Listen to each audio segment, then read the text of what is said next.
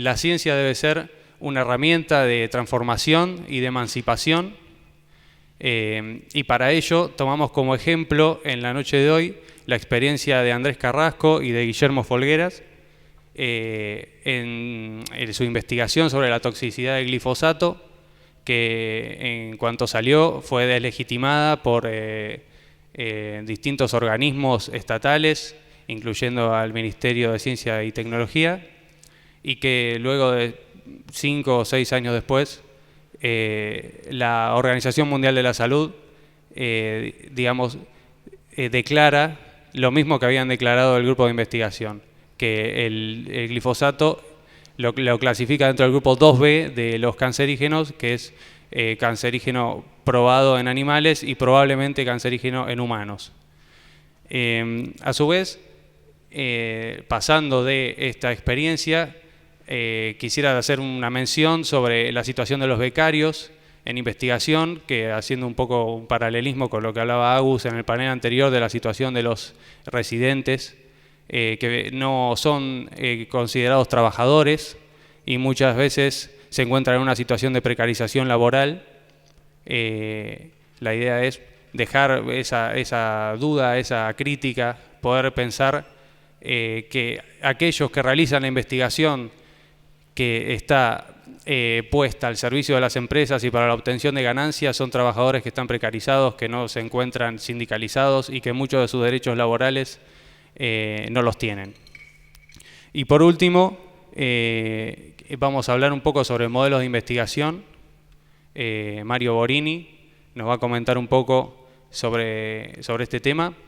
Y también contamos con Juan José Chiesa, que es docente e investigador de la Universidad Nacional de Quilmes, que nos va a contar su experiencia.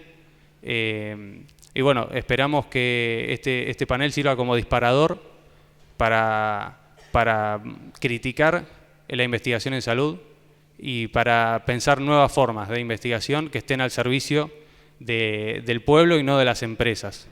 Y para cerrar, quisiera cerrar con una frase de Walsh que dice: el campo del intelectual es por definición la conciencia. Un intelectual que no comprende lo que pasa en su tiempo y en su país es una contradicción andante. Y el que comprendiendo no actúa tendrá un lugar en la antología del llanto, pero no en la historia viva de su tierra. Gracias.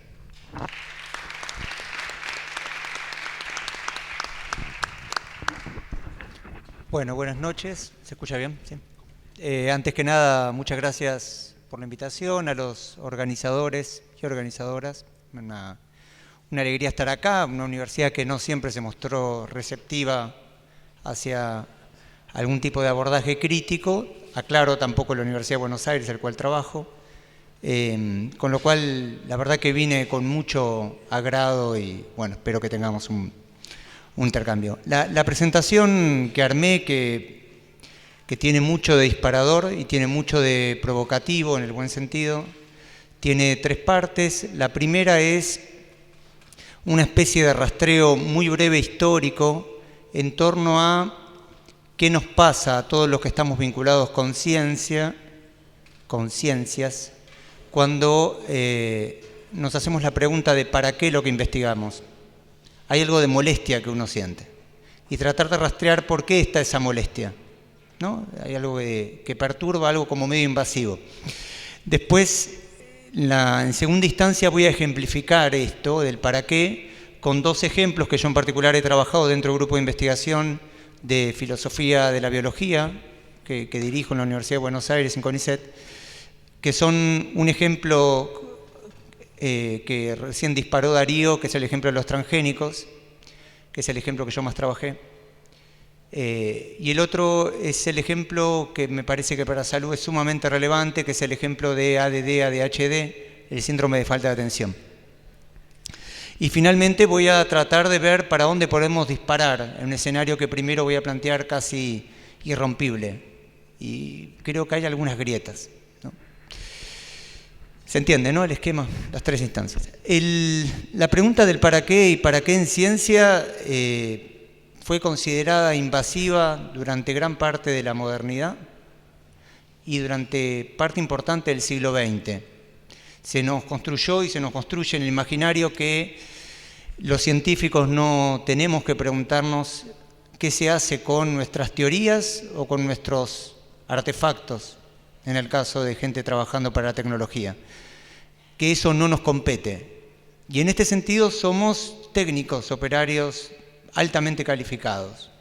Y en este sentido uno se ve envuelto de golpe en conversaciones, como por ejemplo una persona que me ha tocado, inclusive en una cena familiar, trabajando para Chevron, diciendo que lo que él hace no sabe exactamente si genera efectos positivos o negativos.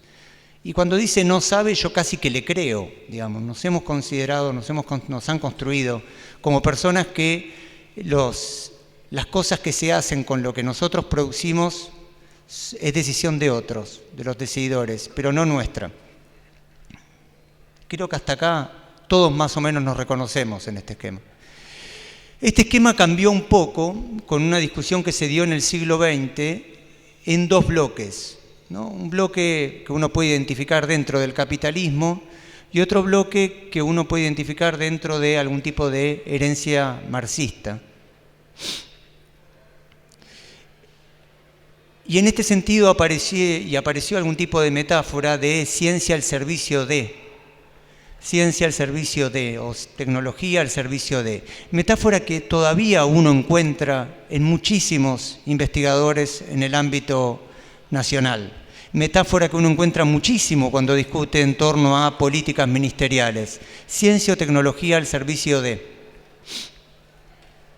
El problema que tiene esta metáfora, que se reproduce tanto del capitalismo más recalcitrante como de algunos sectores marxistas, es que sigue considerando que la ciencia y la tecnología se usan.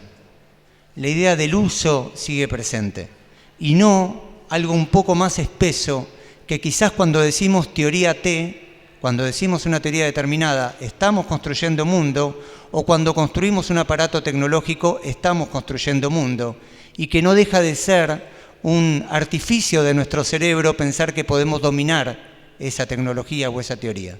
Repito, generalmente nos han metido en la cabeza que esa teoría determinada o ese producto tecnológico la podemos dominar, y que en ese sentido la podemos poner al servicio de el chancho burgués o el pueblo.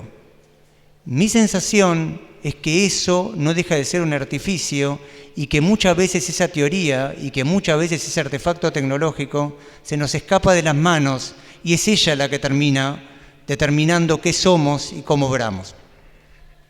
Después voy a dar un ejemplo, ¿sí? Antes que me salten a la yugular. Lo que acabo de decir respecto a cierta identificación en cuanto a la herencia capitalista y parte de la herencia marxista tiene honrosísimas excepciones en el siglo XX.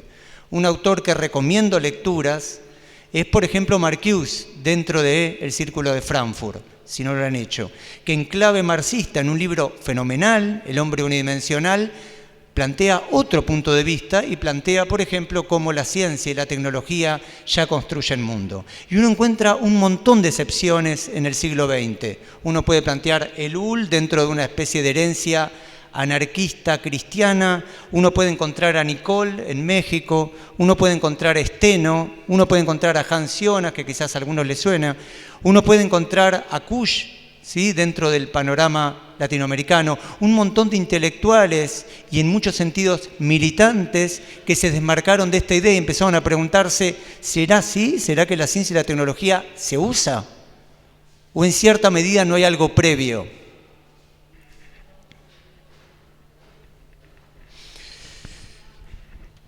El problema, y pasando de la primera a la segunda instancia que conté, y acabando con esta introducción inicial, el problema que termina de hacer de todo esto una sopa difícil de plantear, aun cuando uno acuda a algunos conceptos que intentan ser clarificadores, es que en la segunda mitad del siglo XX surge algo que muchos autores reconocen como tecnociencia. Sí, que la mayoría de ustedes quizás no deben haber escuchado el término, tecnociencia. Quizás aquellos que vienen de la sociología sí, o de alguna rama de la filosofía sí. Tecnociencia, que es una nueva forma de construir la relación entre ciencia, tecnología y sociedad. Y acá es donde me interesa detener y quiero presentar 2 o 3 conceptos que sí uso de la filosofía. y que tiene que ver con cuál es la racionalidad que tiene la tecnociencia. ¿Cuál es la racionalidad que nos obliga a nosotros, aun cuando nos identifiquemos con lo más recalcitrante del capitalismo o nos identifiquemos con cierta línea del marxismo, terminamos reproduciendo en algunas de las discusiones en torno a para qué ciencia, para qué determinada ciencia, para qué determinada tecnología? La racionalidad que algunos autores le otorgan a la tecnociencia, la racionalidad, la lógica, dice, por ejemplo, que tiene como máximo valor la eficiencia. Hay que ser eficaces. Y es absolutamente pragmática, absolutamente pragmática. Lo importante acá es resolver determinadas situaciones particulares, el éxito de la acción. Recuerden esto, porque después voy a tratar de ejemplificar esto con transgénicos y con ADHD. Y entonces tiene como fines resolver determinadas situaciones particulares, donde muchas de esas situaciones particulares obviamente es obtener mayor cantidad de dinero en el menor tiempo posible.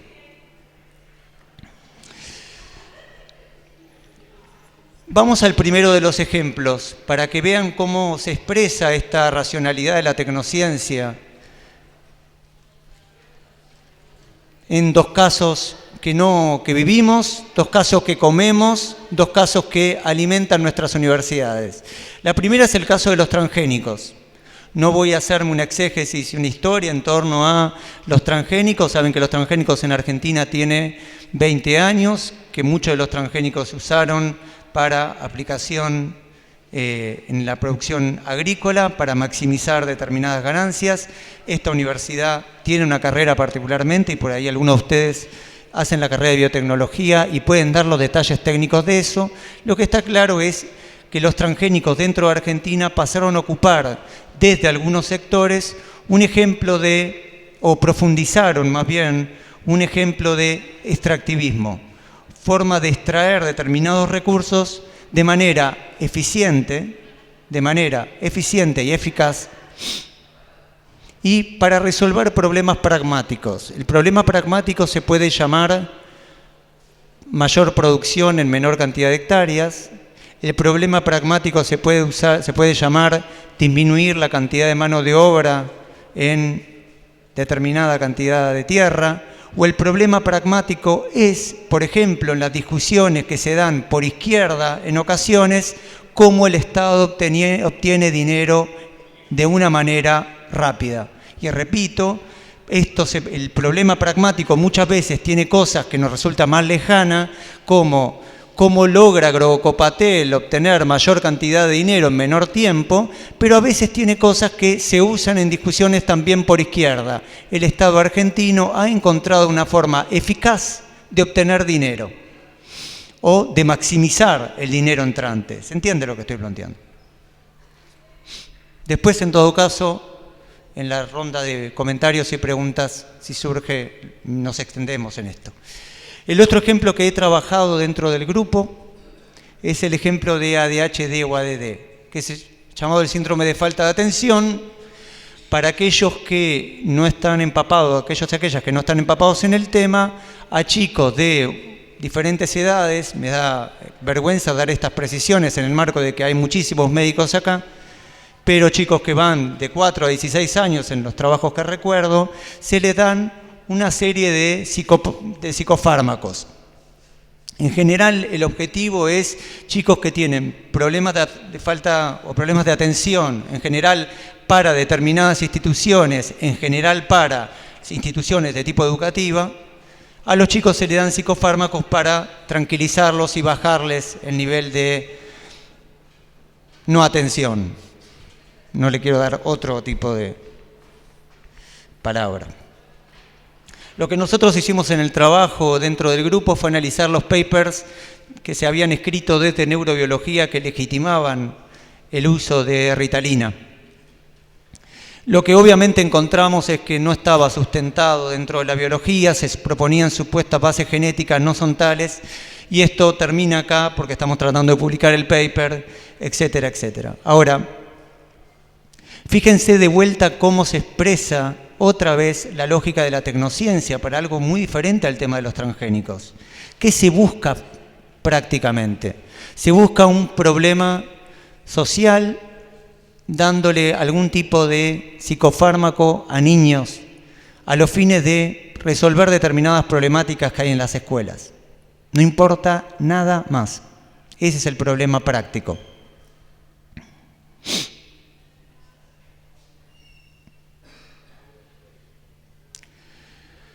Cuando uno se detiene en este tipo de ejemplo, y acá a punto de pasar a la tercera y última instancia, que la que me interesa compartir con ustedes, que es cómo salimos de esto, y se pregunta, bueno, ¿qué tipo de relación hay entre el para qué y qué tiene que ver esto con la ciencia efectivamente que se hace? Y hasta qué punto lo que yo dije antes es cierto, esto es que la aplicación tecnológica me domina como médico, como neurobiólogo. Fíjense cómo ya estar buscando psicofármacos o ya estar sosteniendo antes que el chico no presta atención porque tiene determinados genes, ya me construye inevitablemente una idea de qué es ser niño. O ya me construye una idea inevitablemente de qué es ser adulto. Quizás esto le resulte sencillo, pero es notable cómo esto no aparece en primera escena y cómo cuando uno dialoga con neurobiólogos y biomédicos que están metidos en esto, no reconocen que su práctica habitual ya está suponiendo, por ejemplo, que un niño es un niño que tiene que prestar atención 5 horas en una escuela de manera corrida. Yo tengo 2 hijas y estoy seguro que ninguna de las 2 saldría indemne del examen en cuestión. Estoy segura que a los 2 le daría positivo el DSM-4 por el comportamiento. No me prestan atención 10 minutos, supongo que en la escuela no nos prestarán. Ahora, ver eso como una anomalía, ver eso como un problema, ver eso como algo que hay que curar, es quizás lo que tenemos que preguntarnos. Ver que el campo necesita transgénicos para ser cultivados, o ver que el Estado argentino necesita para obtener dinero, exportar soja para que lo alimenten los chanchos chinos, son naturalizaciones que tenemos que obligarnos, si lo que queremos es preguntarnos para qué determinada ciencia. La última instancia de esta presentación, y solo a los fines de balbucear algunas cuestiones vinculadas a cómo salir, evidentemente el punto es, tenemos que animarnos a buscar otra lógica. A veces me encuentro en paneles o en discusiones o dentro de la organización donde aparece una posición pragmática y el debate se termina. Por ejemplo, hoy Argentina necesita esta plata para planes sociales y no hay nada más que discutir. Y uno puede hilvanar y puede plantear ¿a quién estamos dando planes sociales? A la gente que está desarraigada, que antes tenía determinada extensión de tierra en el Chaco, en el norte de Córdoba, y que se tuvieron que venir justamente por el modelo sojero, o en Paraguay, o en parte de Bolivia, se tuvieron que venir a los grandes centros urbanos, y ahora con la misma plata que sale de la soja le estamos dando subvenciones. ¿No hay un problema en eso?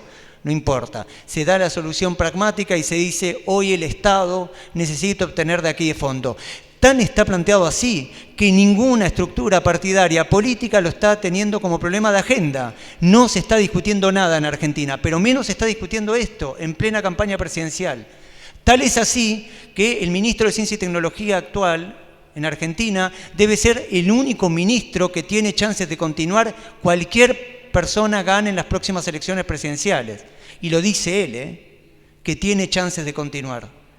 ¿Por qué? Porque es política de Estado. ¿Por qué? Porque está naturalizado una forma de política del Estado argentino. Y esa naturalización en universidades nacionales como la de ustedes o como la Universidad de Buenos Aires me parece absolutamente inadmisible. Tenemos que animarnos a repensar qué tipo de Estado queremos, qué tipo de universidades queremos, qué tipo de investigaciones queremos. Tenemos que animarnos a ver que cuando nos dicen ¿para qué ciencia? No sea una pregunta invasiva. Rastreen cuántas veces en su formación académica, no importa de qué carrera son, tuvieron discusiones éticas y o políticas en el aula.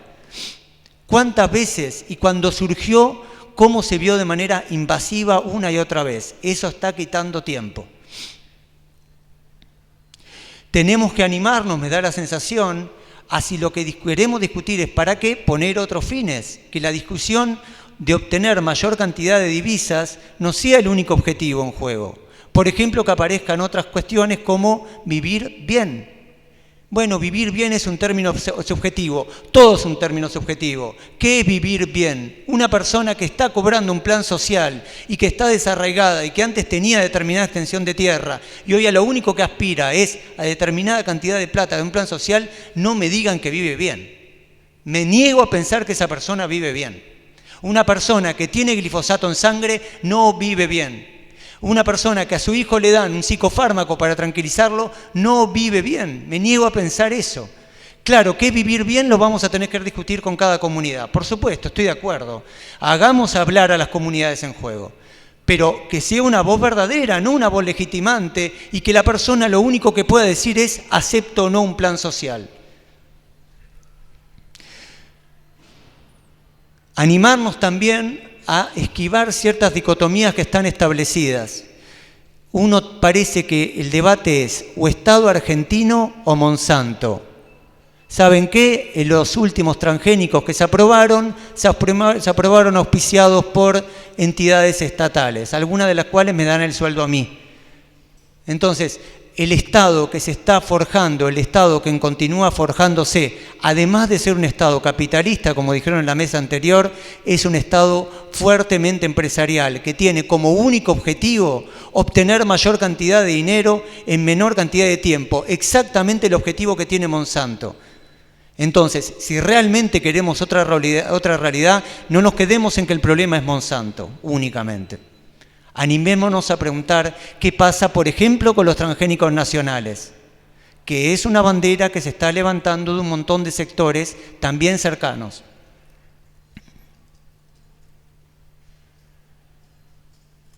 Lo mismo que pasa cuando el fármaco o el psicofármaco lo produce el Estado.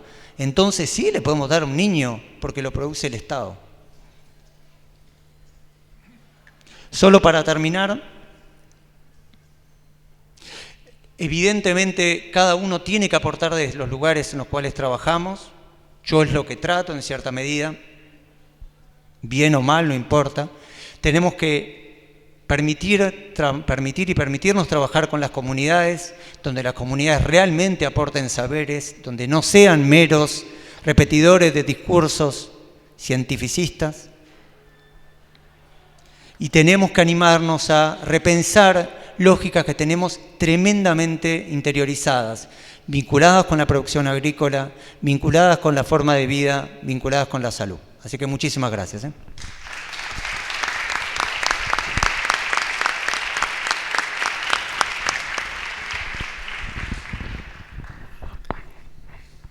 ¿Están cómodos ahí con el cable? Bueno, buenas noches a todos.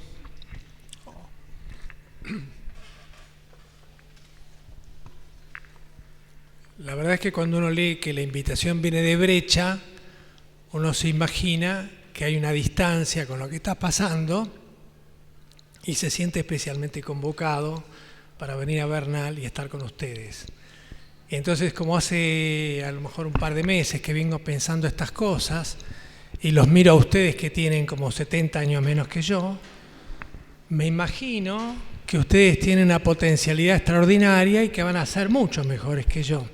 Así que me siento muy estimulado para transmitirles algunas cosas que he venido pensando y que tienen que ver, a medida que fueron hablando los compañeros, con cosas que han dicho. Por ejemplo, una frase muy fuerte que dijo Guillermo: animémonos a buscar otra lógica.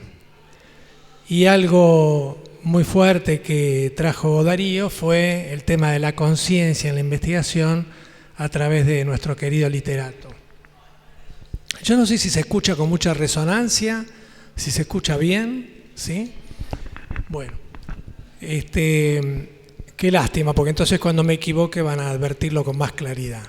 ¿Vieron que no hay nada claro en la vida? Todo depende. Bueno, mi interés hoy no es recorrer los pasos conocidos de la discusión de investigaciones que se hace desde la metodología, conocida también como epistemología por Leslutier, ¿no? En su famosa canción a los epistemólogos.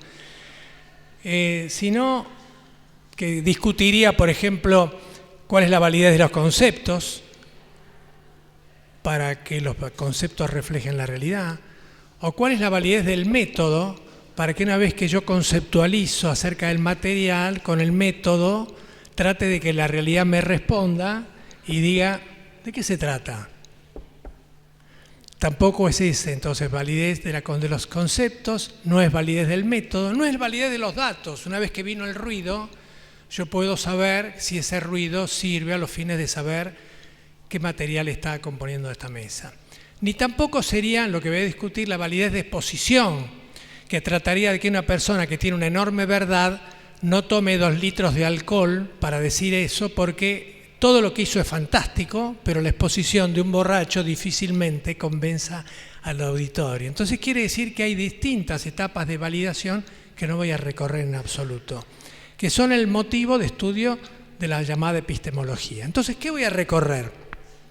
Yo me planteaba para esta reunión, y así lo hablé con Facundo, que sería importante ver los supuestos teóricos que están debajo de la acción. O sea, en este caso, de la acción de investigar. Cuando uno hace algo, está impulsado a veces de una manera que parte de un lugar hacia otro y no se plantea cuáles son los supuestos teóricos que tiene para actuar de la manera en que actúa. Eso es lo que voy a tratar de ver con ustedes hoy. Si pasamos entonces a las diapositivas, ustedes van a ver, que no veo muy bien desde acá, pensamiento crítico. Uno puede ver distintas cuestiones acerca del pensamiento que lo definen como crítico. Yo voy a tomar las 4 primeras, de esas que hay ahí en la primera diapositiva y en la segunda, donde dice algo acerca de las preguntas, sabiendo que pregunta significa preguntar e inquietar. Algo acerca de la respuesta, que sabiendo que respuesta tiene que ver con responso, que es morir. Y entonces uno descubre que las preguntas siempre son muchas, aunque el objeto sea uno, y que las respuestas siempre tienen que ser muchas, aunque la pregunta sea una. Que la pregunta tiene que ser anterior a la respuesta para que la respuesta no esté contaminada, mejor dicho, para que la respuesta no esté contaminando la producción de preguntas, ¿no? Y si ustedes me leen la cuarta, porque no la veo desde acá, secuencia. ¿Y la que sigue? Bueno, conocimiento de la última premisa. O sea, cuando uno va contestando los qué, los por qué, los para qué, llega un momento en que aparece el famoso perché me piace. O sea, es lo que elegí yo y ya no hay nada más que fundamentar. Parece que a todos nos pasa algo así. Tenemos premisas fundantes, pero no reparamos lo suficiente en esas premisas fundantes y estamos disparados hacia supuestas metas. Eso es lo que quiero ver hoy de las premisas fundantes. Entonces pasamos a la siguiente diapositiva, que sigue abundando en características del pensamiento crítico, que no las vamos a ver ahora, pero simplemente para ver cuántas circunstancias habría que examinar para saber si tenemos pensamiento crítico y hacerse la pregunta fundamental: ¿tengo o no pensamiento crítico? Y si lo tengo, ¿cuándo lo adquirí? ¿Cómo me di cuenta? Sería muy interesante compartir la experiencia de saber si tenemos pensamiento crítico, cuándo nos dimos cuenta, porque entonces todos, sobre todo aquellos que quieren empezar a preguntarse o a responderse esto, vean qué caminos han recorrido las compañeras y los compañeros y digan: yo también puedo tener pensamiento crítico si es que no lo tengo. Como yo tuve pensamiento crítico y me di cuenta a los 47 años, sigo pensando que ustedes van a llegar muchísimo más lejos. Adelante. No veo nada.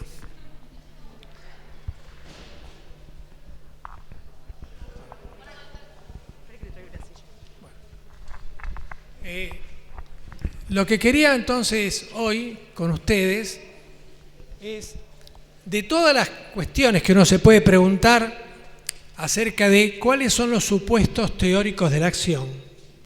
Los supuestos teóricos de la acción son muchísimos. Entonces uno dice: ¿cómo no me pregunté acerca de ninguno?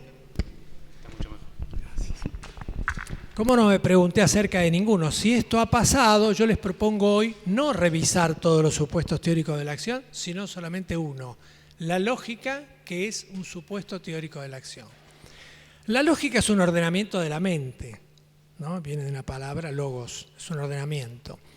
Es un orden de referencia, o sea, no sabemos si está en las cosas o es el orden que nosotros tenemos para que las cosas nos digan lo que le estamos preguntando. El problema es que a lo mejor le estamos preguntando lo que ya suponemos que nos van a decir. Y eso es lo que yo quiero profundizar hoy. Siempre el logos fue un gran problema. Para Platón, el mundo estaba muy desordenado, pero él nos traía la tranquilidad de que a través del mito de las cavernas nos comunicaba cómo se podía descubrir un orden que no era aparente. Y hoy estamos en la circunstancia exactamente inversa con la teoría de la complejidad. O sea, el mundo parece ordenado, pero apenas uno lo rasca, está terriblemente desordenado. Sin embargo, la invitación de los científicos de la complejidad es: no se preocupe, vamos a tener la capacidad de reentender el mundo sabiendo que ya no nos va a engañar el orden que esconde un gran desorden, o sea, eso que se llama caos. Así que la promesa de Platón, la promesa del mundo moderno con la teoría de la complejidad. Ahora tenemos entonces que ambas formas de ver el mundo tienen algo en común. Tienen en común que lo que se ve no es lo que es, tanto para Platón como para la teoría de la complejidad. Muy importante, lo que se ve no es lo que es. Así que el mundo es una representación, vaya noticia, algo de la cual siempre se menciona, pero entonces nosotros también estamos representados y nos estamos representando permanentemente. Adelante. Ahora, las lógicas tratan de encontrar muchas de las cosas que aquí Guillermo comentó, las contradicciones, como un Estado que quiere recaudar, pero para recaudar acepta la contaminación y la promueve. O sea, uno encuentra contradicciones, pero también encuentra regularidades, ejemplos, no solamente contradicciones. Y encuentra contra esos ejemplos, contraejemplos. Entonces uno dice, ¿cómo ordeno todo esto? Quiere decir que la lógica de encontrar contradicciones, similitudes, ejemplos y contraejemplos te lleva a teorizar, te lleva a poder decir, tengo un Ilván que es capaz de construir una máquina de pensamiento acerca de la realidad y que puede aceptar arena en ese engranaje y sigue funcionando. Entonces uno está contento con la teoría y no la revisa. Adelante. Entonces, si no la revisa, puede ser que tenga una sola lógica, como aquel que leyó un solo libro. Casi sería mejor que no lo hubiera leído. Entonces, decimos, si nosotros tenemos como supuestos teóricos de la acción una sola lógica, por ejemplo, buscar contradicciones, hay muchas otras lógicas que permiten teorizar. Y no solamente buscan contradicciones, sino que buscan otras cosas en la realidad. ¿Cuáles son? Entonces, algunas lógicas fundamentales, y seguramente hay muchas más, son que hay una lógica informal, que es la que estudia el discurso, tratando de encontrar en el discurso la similitud de lo que uno dice con la realidad.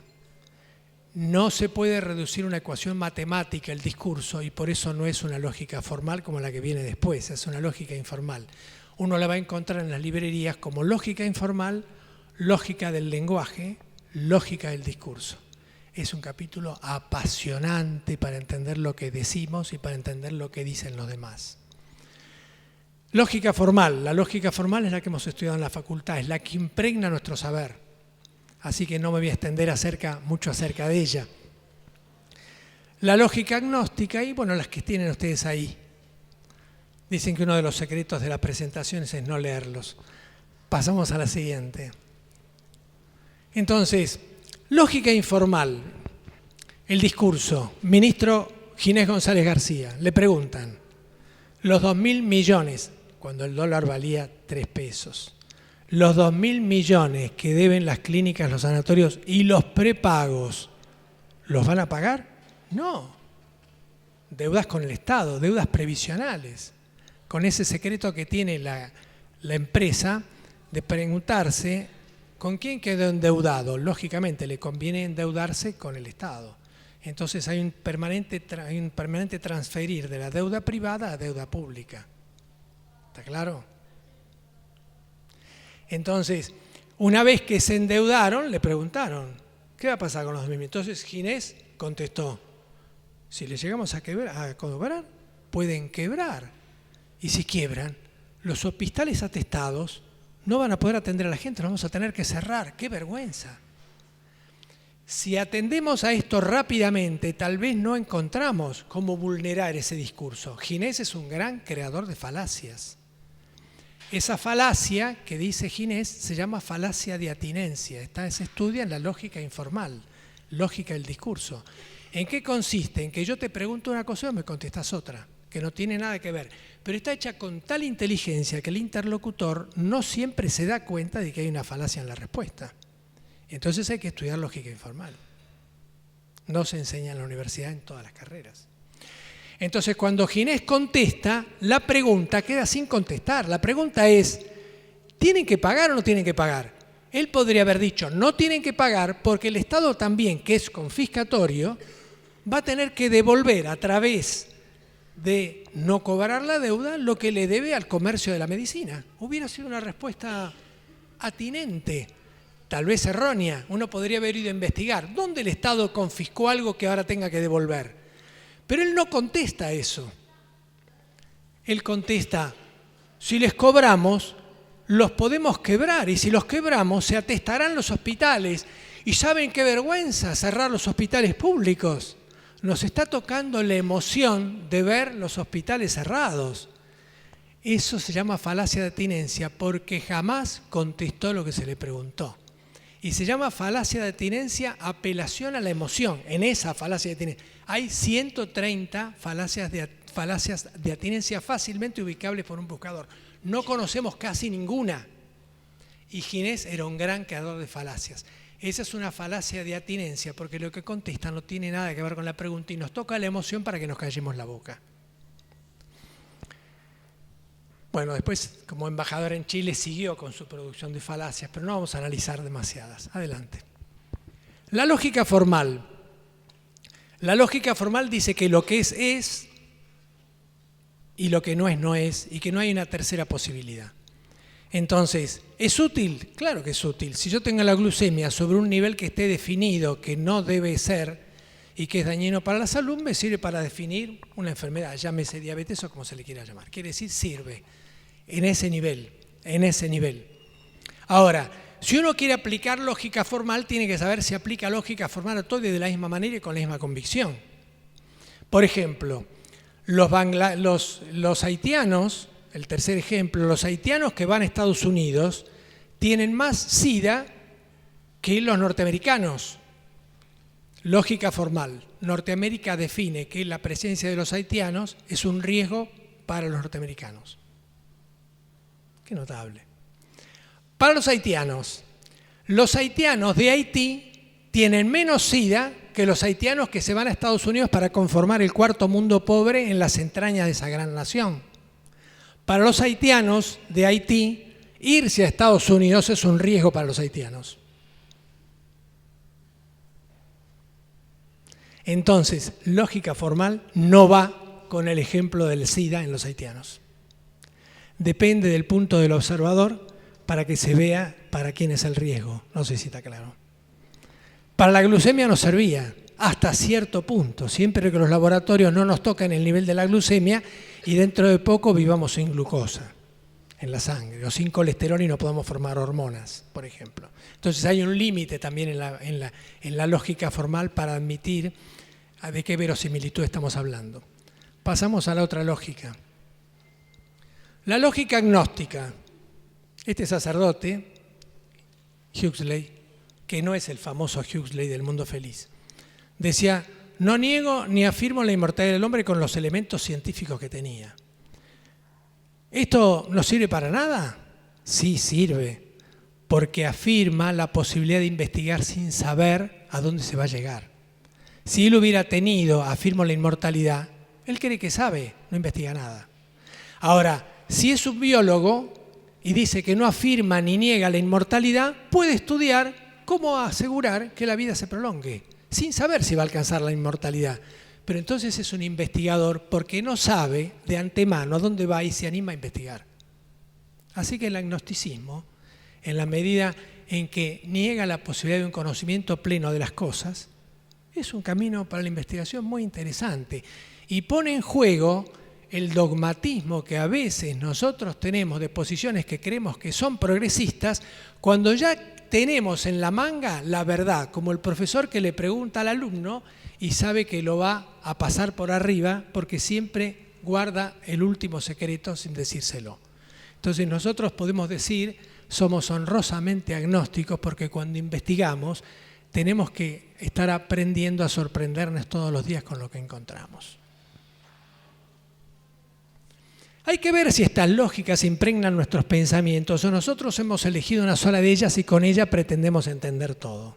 Ese es el desafío.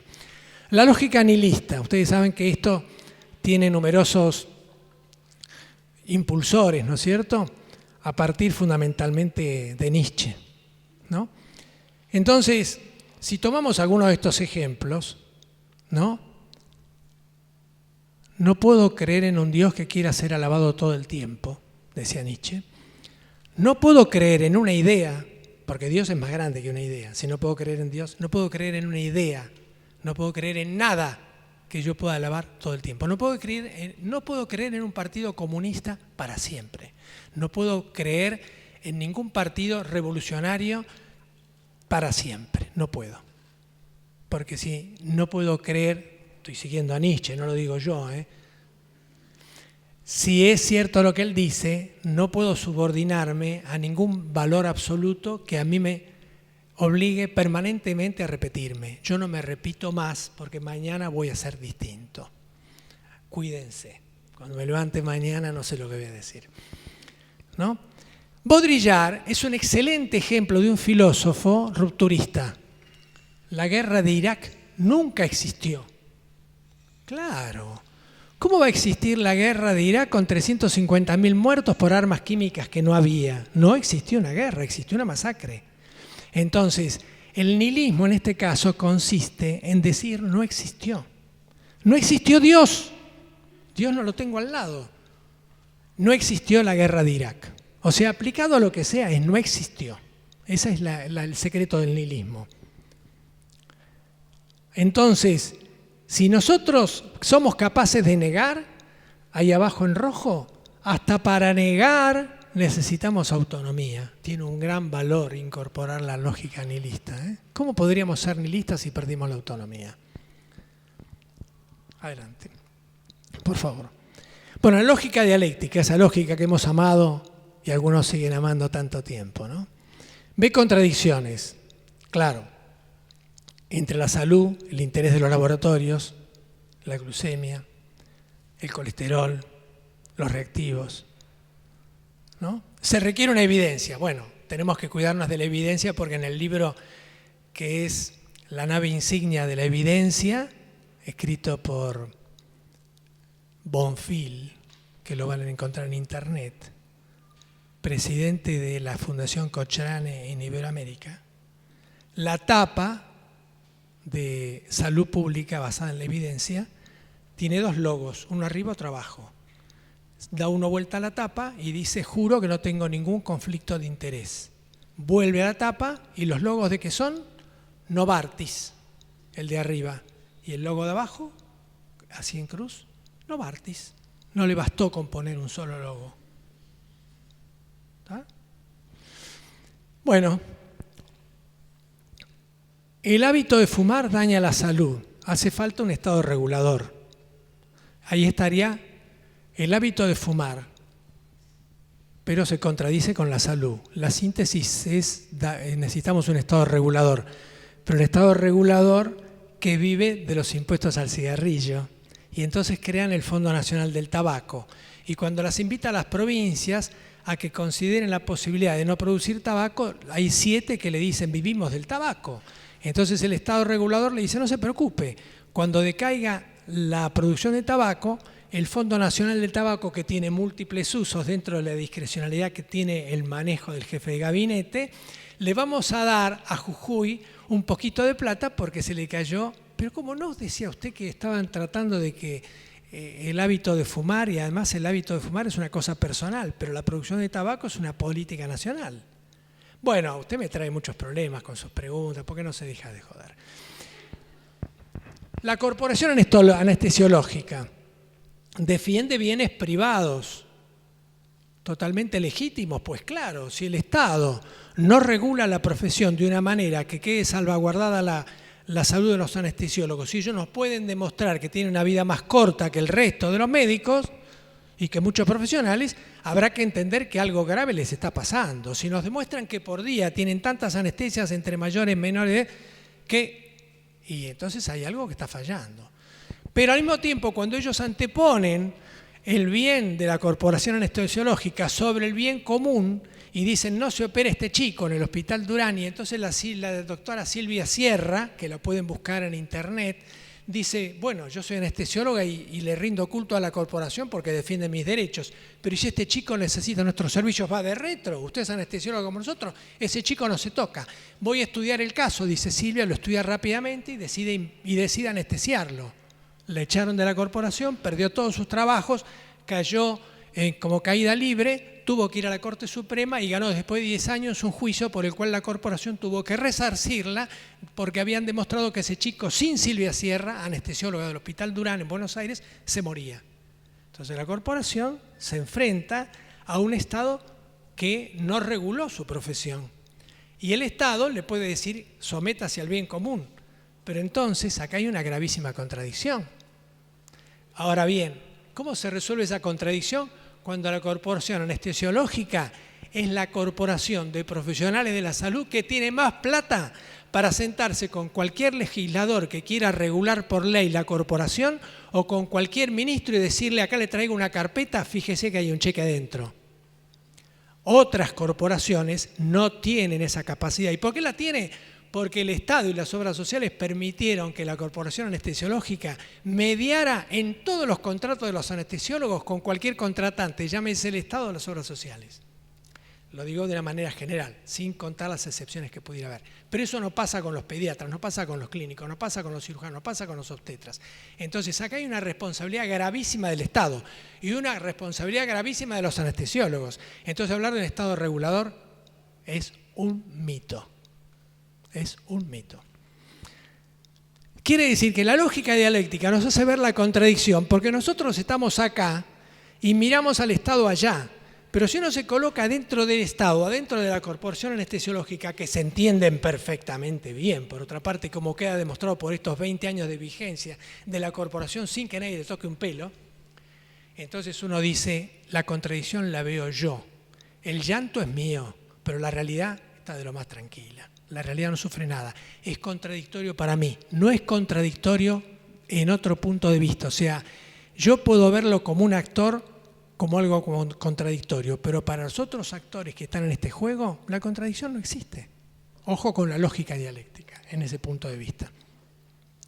Si Neuquén tenía mejores índices de salud, pero fue financiada por las provincias pobres para que se desarrollara, ahí hay una contradicción.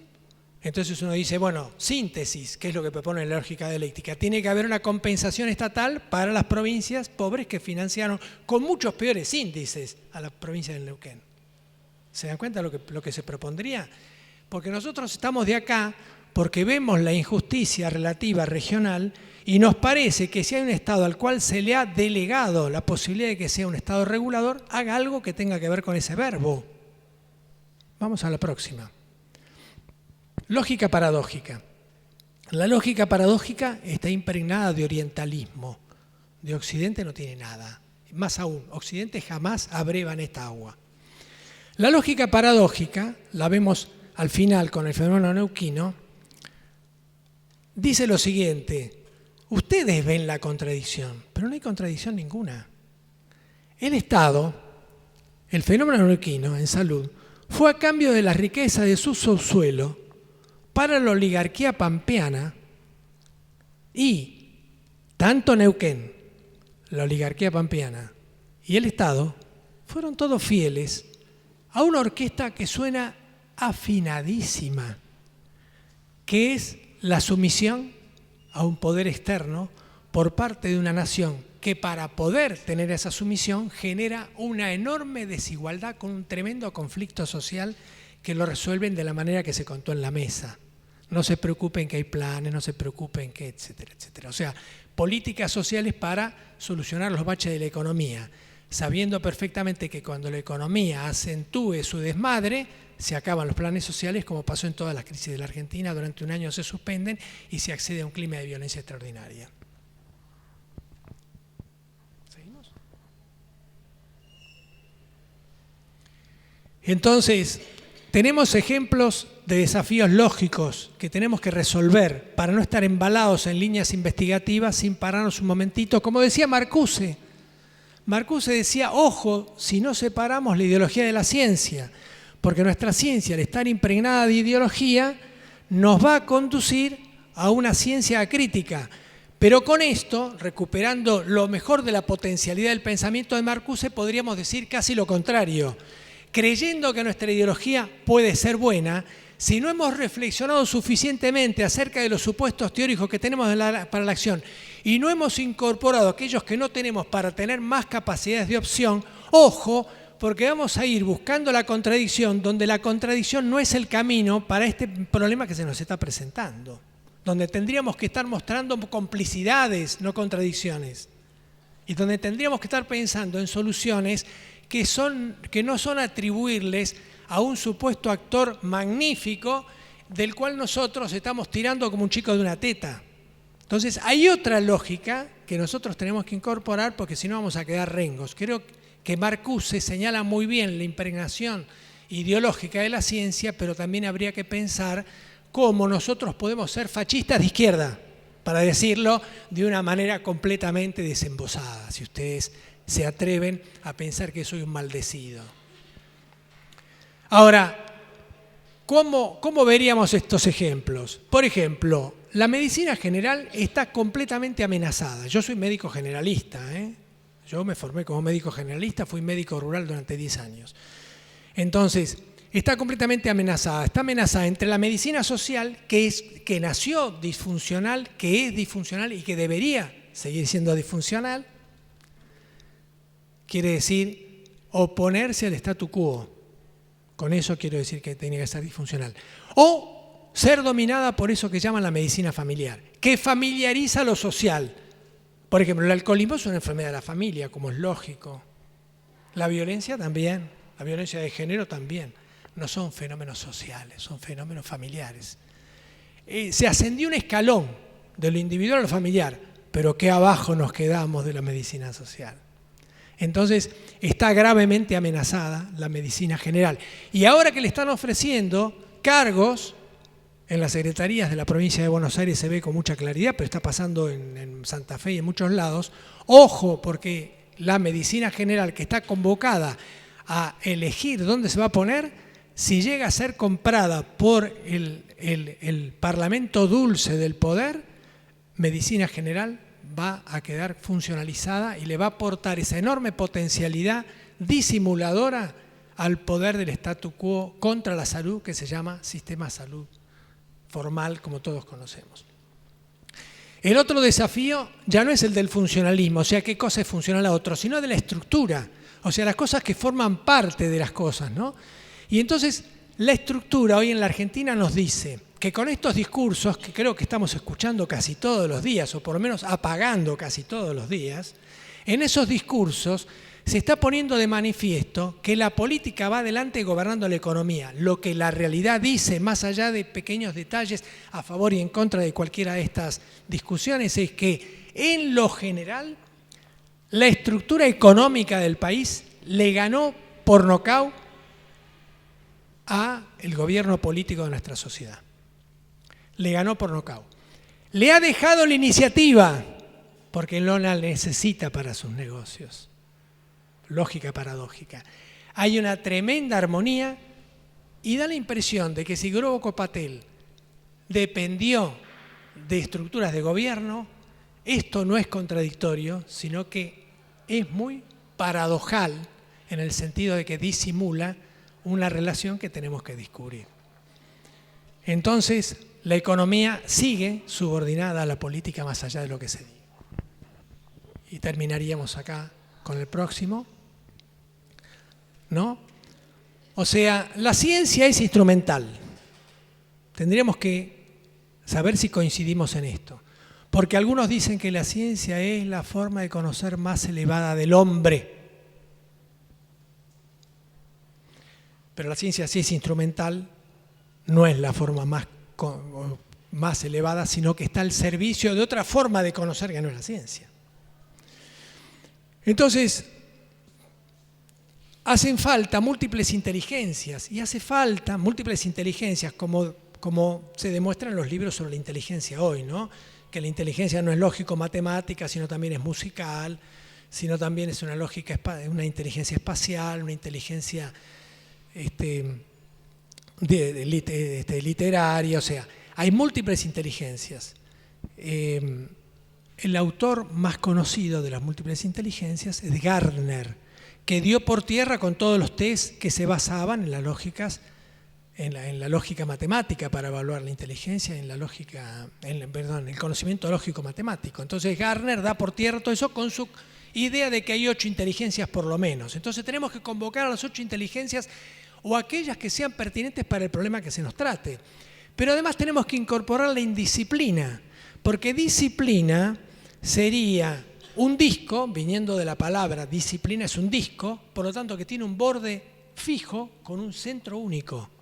Nosotros tenemos que incorporar la indisciplina porque no tiene borde fijo ni centro único. Esto significa que el conocimiento está también en quien no lo posee y lo tiene que intuir, lo tiene que desarrollar en ese momento, lo tiene que sacar de su experiencia previa y no lo tiene sistematizado.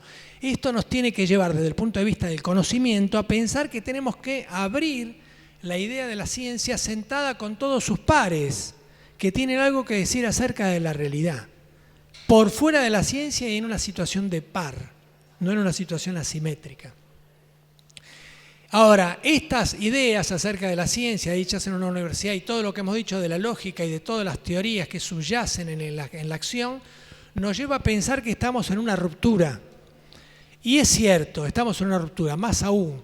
Si queremos el cambio, algún grado de ruptura hay. Ahora, los que no quieren la ruptura no van a querer acuerdos prácticos.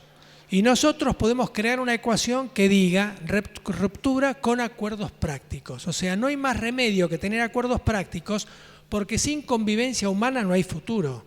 O sea que acuerdos prácticos, en principio, tienen un nivel de necesidad. Y también tienen la ruptura porque es un nivel de autonomía y de ejercicio de la conciencia que no podemos llegar a perder si no existimos. Lógica formal mediante. Sin conciencia no somos sapiens sapiens. Entonces, tenemos que conservar la posibilidad de ser respetados en la ruptura, pero al mismo tiempo tenemos que aceptar un grado de convivencia que se base en acuerdos prácticos. O sea, vamos a colaborar en una cantidad de programas y desarrollos, siempre que se nos respete la posibilidad de decir, podemos ir mucho mejor. Hay cosas mejores que estas. Esto es por el momento. O sea, tenemos que encontrar una forma de convivencia donde no nos pasen por arriba con la posibilidad de disentir. Entonces, si la investigación es aparentemente crítica, porque no hemos revisado todos estos supuestos teóricos que sostienen la acción, ojo, preguntémonos, ¿serviremos al modelo hegemónico? Muchas gracias.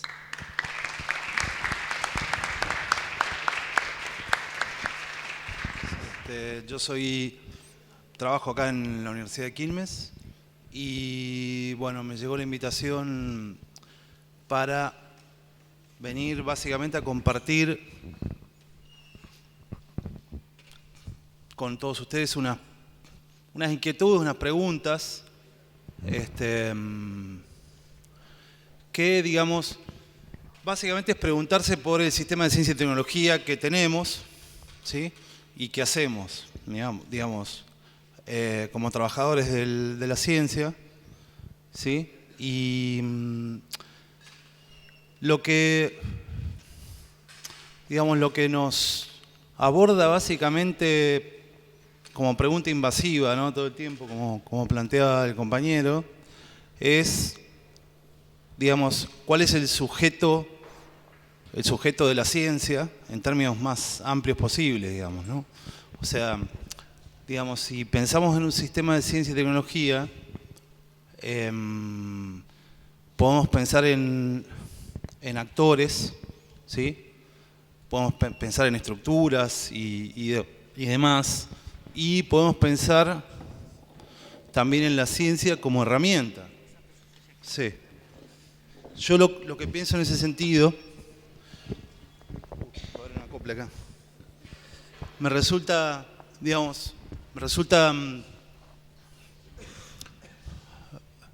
un poco inquietante por ahí la idea de que la ciencia no se use, quizás como planteó el compañero, en el sentido de que en realidad yo lo que diría es que lo bueno sería que la ciencia no nos use, digamos, ¿no?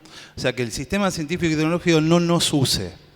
Yo creo que la ciencia se usa en el sentido de que es un instrumento, es una herramienta y puede ser usada bien o mal, digamos, y tiene las complejidades particulares de una actividad compleja, sofisticada y demás, digamos, pero digamos, cabe preguntarse esencialmente en esas tres preguntas. Creo que son disparadores bastante básicos, ¿no? de cómo pensar un sistema de ciencia y tecnología.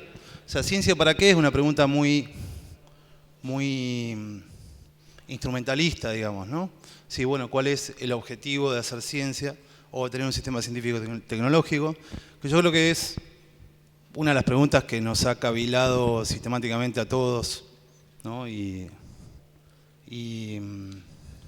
nos preguntamos para qué, digamos, en términos de actores y en términos también nacionales, en términos soberanos, ¿no? Digamos, si estamos pensando en un sistema científico y tecnológico nacional, digamos, ¿cuál es el objeto de la ciencia en ese sentido?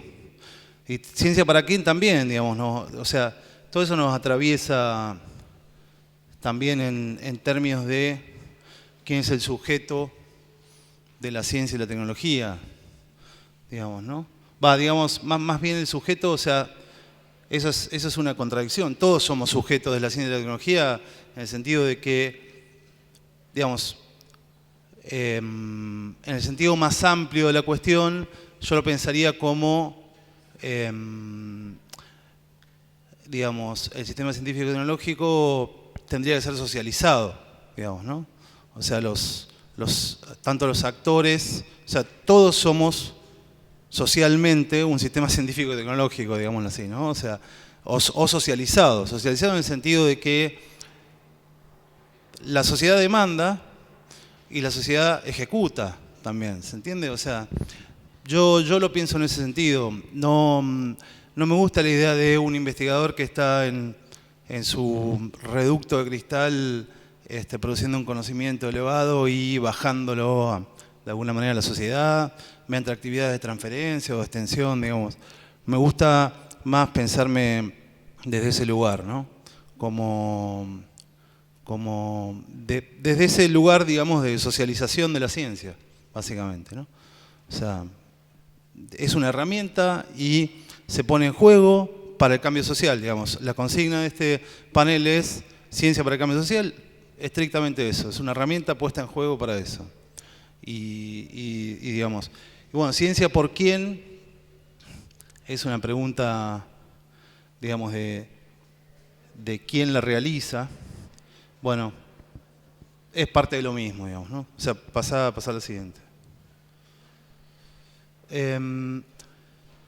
Bueno, esto, digamos, son, digamos, ideas sobre el sistema de ciencia y tecnología, digamos, cómo debería estar estructurado en términos de los determinantes, en términos de qué produce, en términos de qué objetivos se plantea, digamos, y también, digamos, cómo se articula desde el Estado, digamos. Me refiero al Estado como, de nuevo, como herramienta, ¿no? O como instrumento que puede ser usado en un sentido transformador, en un sentido de articular los los recursos, básicamente, ¿no? Y hay, digamos, yo lo separé en dos ideas, digamos, en dos modelos totalmente antagónicos, que es esta idea de visión socialista o neokeynesiana, digamos, ¿no? De pensar el conocimiento como bien social, digamos, para el desarrollo social, el sector científico y tecnológico estratégico para la inclusión, la autonomía y la soberanía, ¿sí? Autonomía tecnológica también, obviamente. Digamos, como un factor esencial para el desarrollo económico, ¿sí? Y un instrumento para que el Estado pueda, digamos, básicamente conocer las problemáticas concretas que hay en la nación y establecer políticas, digamos, para poder resolverlas, ¿no? O sea, pasar al siguiente. La otra visión totalmente contrapuesta es la capitalista neoliberal, que, digamos, yo creo que, digamos, el sistema científico argentino fue históricamente un sistema liberal, digamos, en donde los trabajadores de la ciencia fueron científicos liberales, que de hecho, digamos, hoy por hoy la mayor demanda de un investigador es la producción de papers, digamos, y eso es básicamente, obviamente es conocimiento, ¿no? Pero muestra un grado de encierro y de clausura muy fuerte, digamos, ¿no? Porque los papers quedan en la comunidad científica y en buena medida no son socializados, o si son socializados de esta manera de divulgar, digamos, de llevar el conocimiento desde el reducto, digamos, de pensamiento liberal, ¿no? O sea, no es la idea que a mí me gustaría, que es la otra. Entonces, esto, ¿no? Ciencia como actividad académica, desde el punto de vista más extremo, ¿no? Es la producción de conocimiento, digamos, en la academia como algo elevado, digámoslo así. También plantea, o sea, se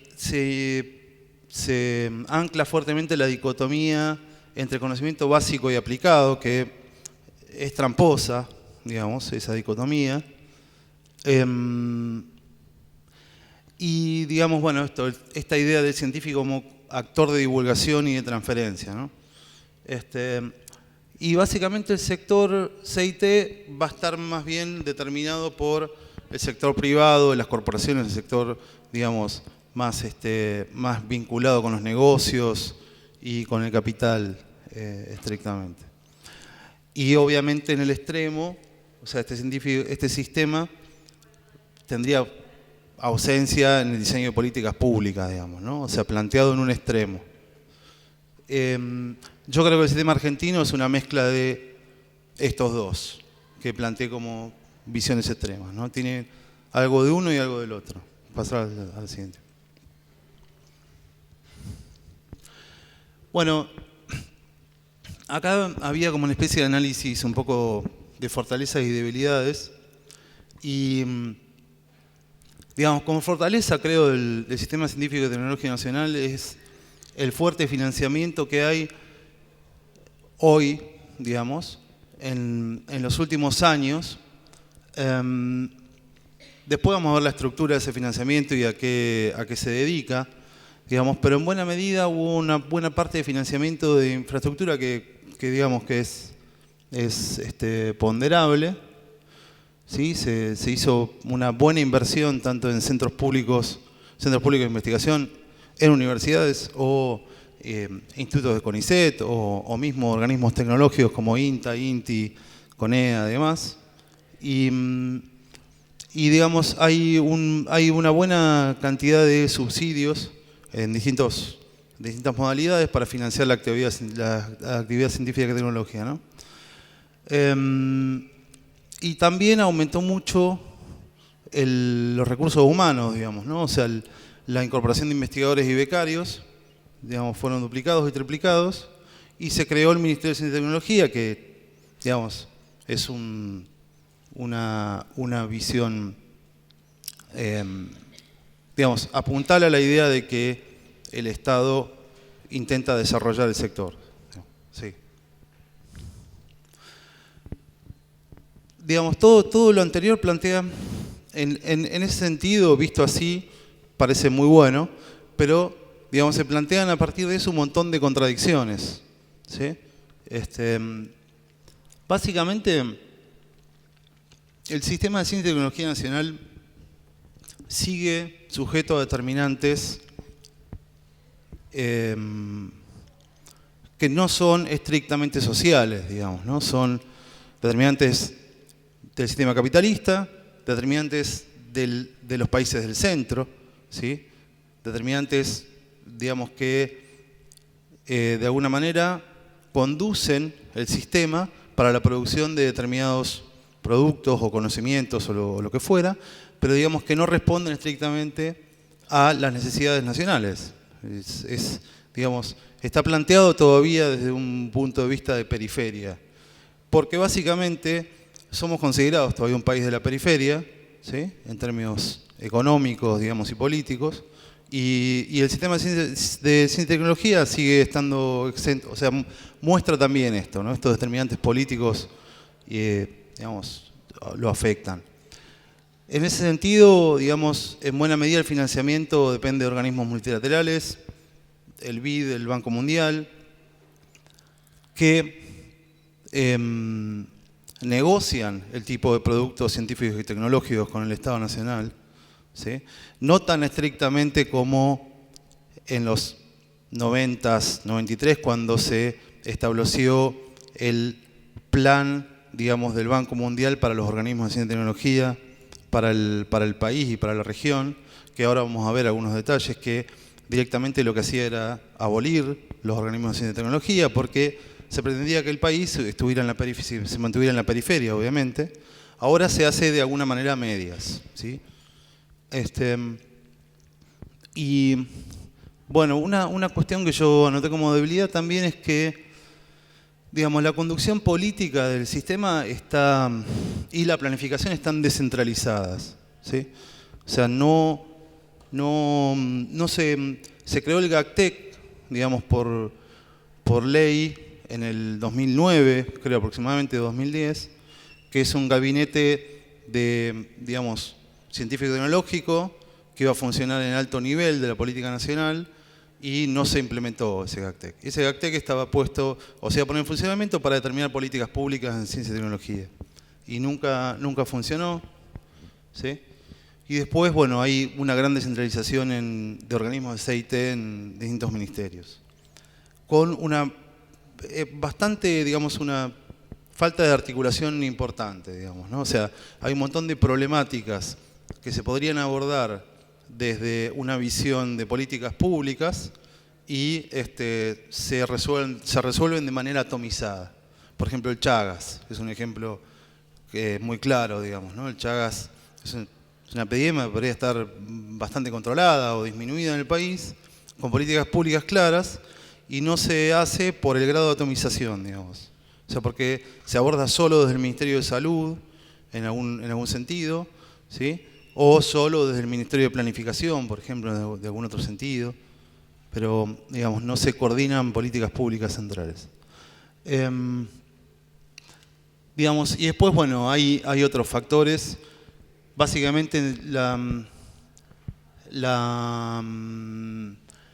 hay un problema grave, digamos, cuello de botella con recursos humanos, digamos, becarios, investigadores en CONICET que, digamos, están siendo absorbidos solamente por el sistema público, científico y tecnológico, básicamente porque la economía argentina no se expande, digamos, al ritmo de la incorporación de científicos y tecnólogos, ¿no? En el sistema. Entonces eso es un problema, digamos. O sea, no hay capacidad de absorber recursos humanos, digamos, por todo el sistema en ese sentido. Y bueno, digamos, eso es. Después, bueno, esto de identificar proyectos que lleven a políticas públicas de envergadura, ¿no? O sea, la próxima. Bueno, esa es la carta de intención del Banco Mundial. O sea, en realidad estaba en un documento que elaboró el Banco Mundial en el año 93, de recomendaciones para el desarrollo, ¿sí? Que en ese caso directamente le planteaba la abolición del CONICET, De alguna manera en el gobierno de la Alianza se llegó a insinuar, digamos, una discusión muy fuerte en ese momento, ¿sí? Estaba Adriana Puigros, de secretaria de Ciencia y Tecnología, y bueno, yo participé, digamos, de algunas asambleas en ese momento con investigadores de ATE CONICET, y realmente la visión sobre el sector era totalmente negativa, digamos, ¿no? O sea, la idea era... Adriana Puigros era un cuadro político, digamos, estaba ahí, ni siquiera era un cuadro técnico, no tenía la menor idea de por qué estaba ahí en ese sentido, y ella simplemente estaba poniendo los tapones de punta para aguantar el embate y ya está, digamos. Bueno, y la CONEA iba a ser privatizada también. De alguna manera la CONEA respondió a esto porque se creó, digamos, la empresa nucleoeléctrica argentina que tiene participación en CONEA, ¿no? Bueno, la próxima. Acá hay un par de gráficos que muestran, digamos, yo los saqué de relevamientos del Ministerio, de relevamientos de organismos de ciencia y tecnología, de qué tipo de inversión, digamos, cómo está estructurada la inversión, o sea, por sector. La barra naranja es la inversión pública, la barra verde es la privada, la azul es de universidades, y después hay organizaciones sin fines de lucro y demás en la parte de abajo. O sea, lo que se ve es que eso es en términos absolutos, ¿no?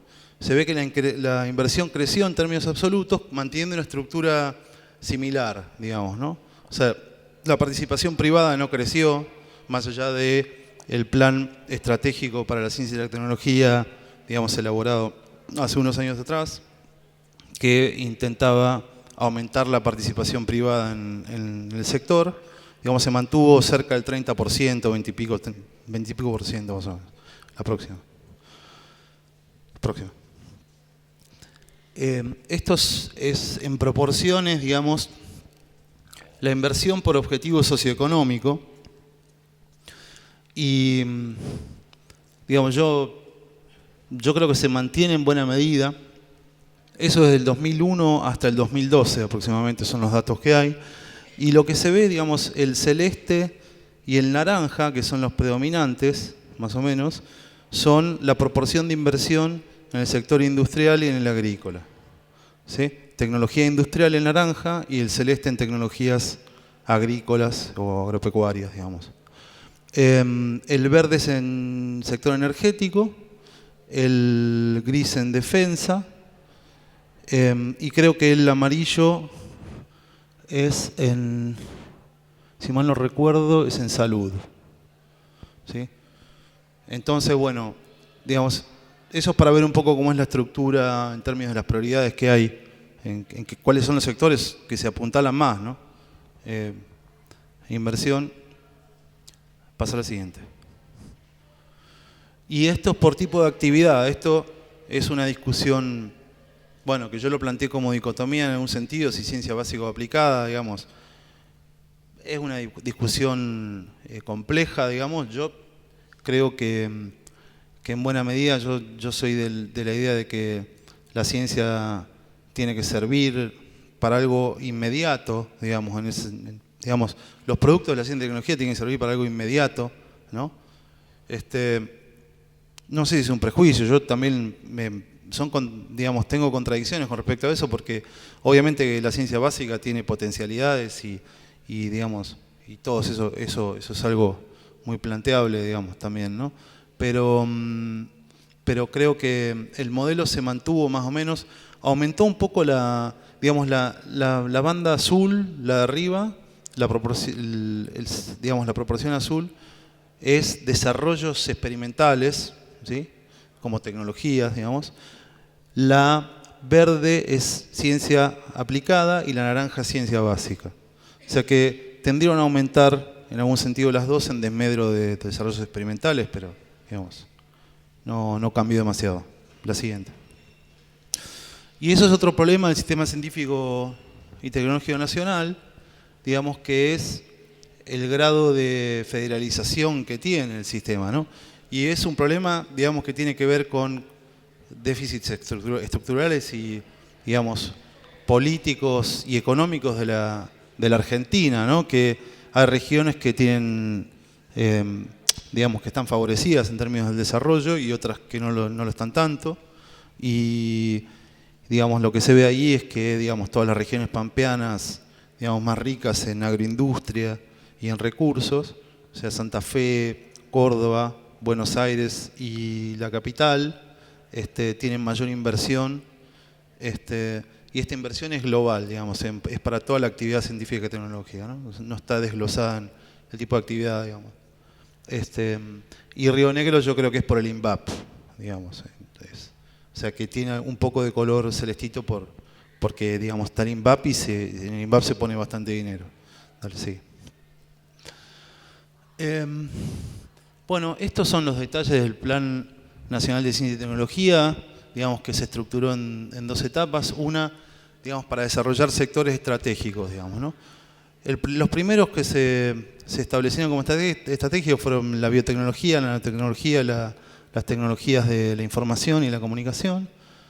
¿Sí? Bueno, esos 3 campos, esos 3 sectores se establecieron como estratégicos y, digamos, en la segunda etapa es crear, digamos, incubadoras y digamos, núcleos socioproductivos y demás. Pero en buena medida el eje predominante para esto fue, digamos, que se vincule la empresa privada con el sector público, ¿sí? Y, digamos, sobre la base de proyectos propios de empresas privadas. O sea, sigue habiendo una falta, o sea, no es para digamos, para minorizar o lo que fuera, pero el eje tienen que ser las políticas públicas. De nuevo, la idea, digamos, que para mí, en ese sentido, el eje, digamos, de la inversión y de los planes estratégicos tienen que ser las políticas públicas. ¿Sí? Próximo. Con la idea esta, digamos, ¿no? O sea, la máxima en este sentido es que, en buena medida, el sector está financiado por la sociedad, digamos, estrictamente por el sector público, ¿no? O sea, y, digamos, si el conocimiento no permite el desarrollo socioeconómico, no tiene sentido justificación social para la ciencia y la tecnología. Esa es un poco la idea que quiero transmitir con esto. Y bueno, ya está.